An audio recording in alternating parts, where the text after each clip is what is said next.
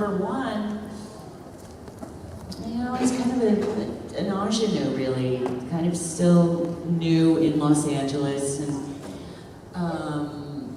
you know, that was really what I played, and that's kind of who Sarah Connor was, just an innocent that's drawn in. So there wasn't a lot of real prep. I mean, she's not a character in the first movie who knows weapons, who really knows anything. So there wasn't a lot of preparation. It's just like jump in and believe every scene and do your best work. And then the second time around, when Jim came and said, we're gonna do a second one, I was like, uh-oh.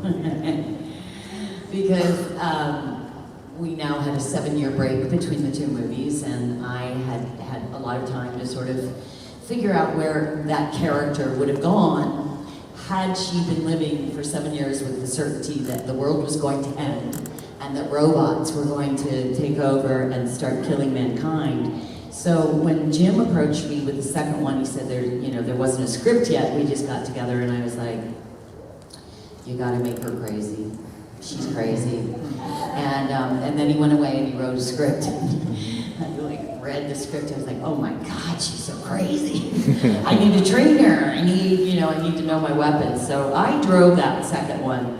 I think we were pretty collaborative, and I just was like, we gotta just make as much of her as we possibly can. She's had 7 years to get her game on since the last one. Sorry about that. What about the physical transformation in those 7 years? Was that your doing, not knowing? Well, I didn't spend the 7 years training, although it looked like I did, didn't it?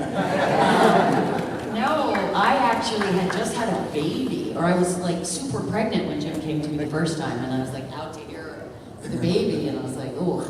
So when the script delivered, I had just had the baby and had like all this baby weight on. I was like, oh boy, how are we gonna get this done? And I just trained my ass off, excuse me, children. Literally, 18 hours a week of physical working out, and another 18 hours a week doing weapons and training, and it was a very good time for me, actually, to do that. So, I had a 1-year-old baby when that movie started, and I looked like that. So that, I think, was a real triumph to go, yeah, I've got a 1-year-old baby. And I was real proud, I saw Arnold the first time, and I think I ripped off my shirt pretty much, and was like, Arnold, look at me! I had a running bra on or something, and it was just like, Arnold, I did it. And Arnold was totally on my team, let me use his gym, very generous, very proud. So, those were the days where they had just started the fat-free diet, and that was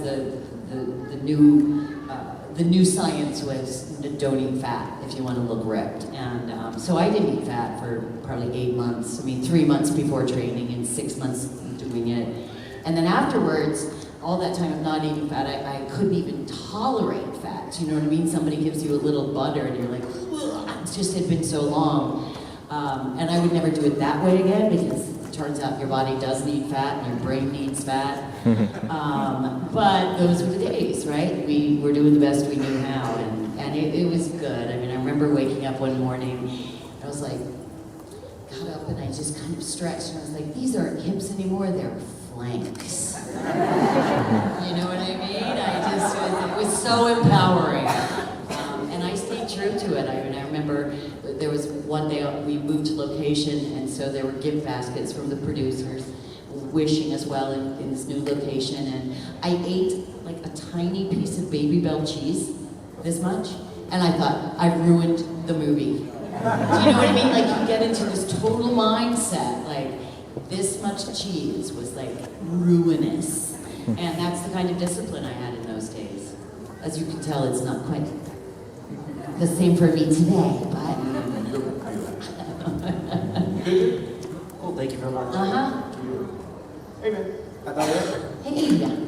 My question is, when it comes to being in like shooting locations that are hard to work in and playing scenes that involve like very intense scenarios, are those harder to act in because of what you're subjected to, or easier to act in because it makes you like more one with the character that you're playing? Well, the background does not always suit the character, you know?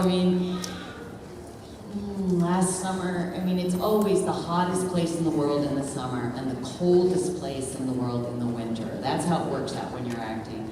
And I actually have a really, really good regulator, my body temperature, just like, I worked in New Mexico one summer and it was triple digits. But it's not just like dry desert New Mexico, it's like monsoon season in August, triple digits, and then huge humidity.